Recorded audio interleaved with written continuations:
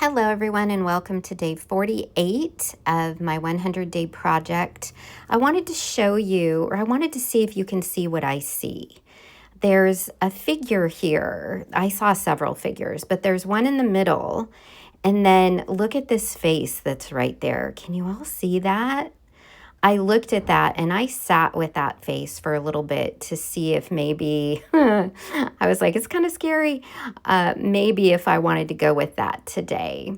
Kind of this old sort of, I don't know, like figure. He's in there. He's still in there. But I ended up focusing on the other figure. She reminded me more of one of my garden tenders. So I was like, okay, let me go with that and I'll find another way to incorporate that other shape. As I was looking at the surface, I just saw a bunch of these mushroom shaped things. And so I was like, okay, that's what we're going with today. We're going with a garden tender, and she is tending in the garden with mushrooms today. And yeah, so that's what it was. I'm working on a surface that I prepped yesterday, which is a piece of matte board, acid-free matte board, and I've put some clear Color Fix pastel primer on it with some drops of processed magenta. I love this bright pink background and having that show through. I think this color plus the rubine red, that combo is like my favorite background so far. And I put it on really thick and sloppy, and I don't pre-mix the color into the primer, which means the color is uneven. And that's where I see all these shapes. It comes out with this unevenness, this organic type shape. And I just go with what I see. So I took that sort of other figure and I turned it into this big mushroom that's behind her. And that's sort of what it was. I'm also using essentially the same color palette over and over and over again. I've got this little bin that I've got my Neopastels and my Van Goghs in. And I'm just pulling in the Senneliers at the end to add some of the highlights when I need something really, really soft. So a lot of these paintings, it's going to be interesting. A lot of the colors are very, very similar because I'm using the same palette. But the Senneliers, at least the set that I have a set of, I want to say, it's either 30 or 48. I've got a portrait set, and then I've got like a flower set. They're all very gorgeous and luscious, but they're not super, super vibrant.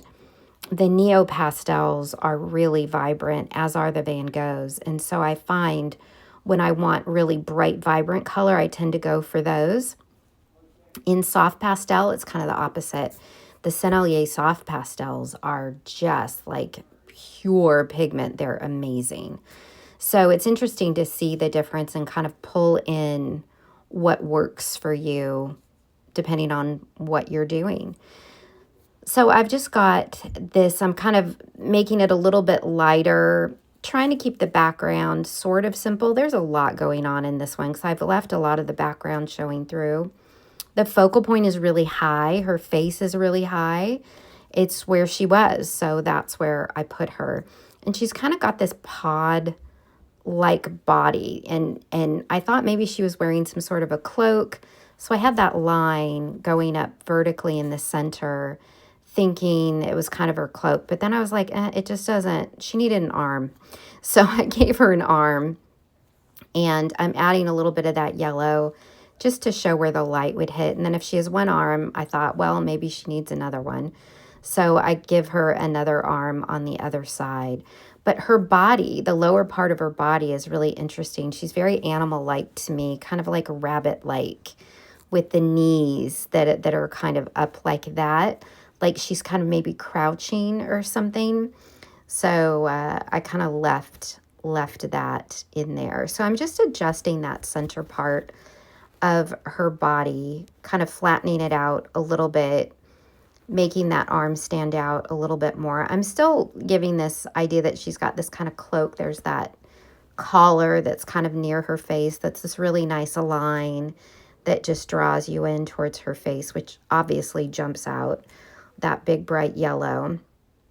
I've added a little bit of that purple squiggly lines just to give some idea of some foliage type thing. And then I'm taking some magenta and neutralizing that green.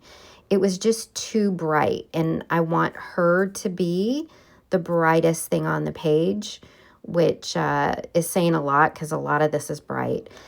So I'm neutralizing that with that magenta, and then I'm using my skewer to just scratch into some of the edges where I want to see if I can get to some of that underlying magenta and just bring her forward a little bit. So when we get close, you can kind of see I was able to get into some of those spots.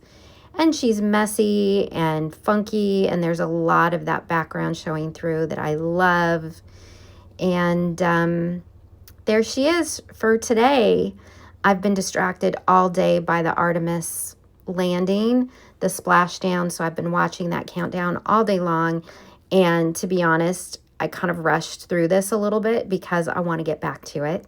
And I'm prepping for a workshop I'm delivering tomorrow. So lots of stuff to do tonight. And I want to see those 4 folks get off that that space shuttle or that spaceship and just see the big old grins on their faces. It has been amazing to watch this journey. And I'm so excited. My daughter and I have been watching together. And anyway, that's a whole other thing. But if you've been watching my series, you know I've been super into it. So if you're into it and you're watching tonight, I'll be waving to you as well. Take care of you. I hope you're doing well, and I'll see you in the next one. Thanks. Bye.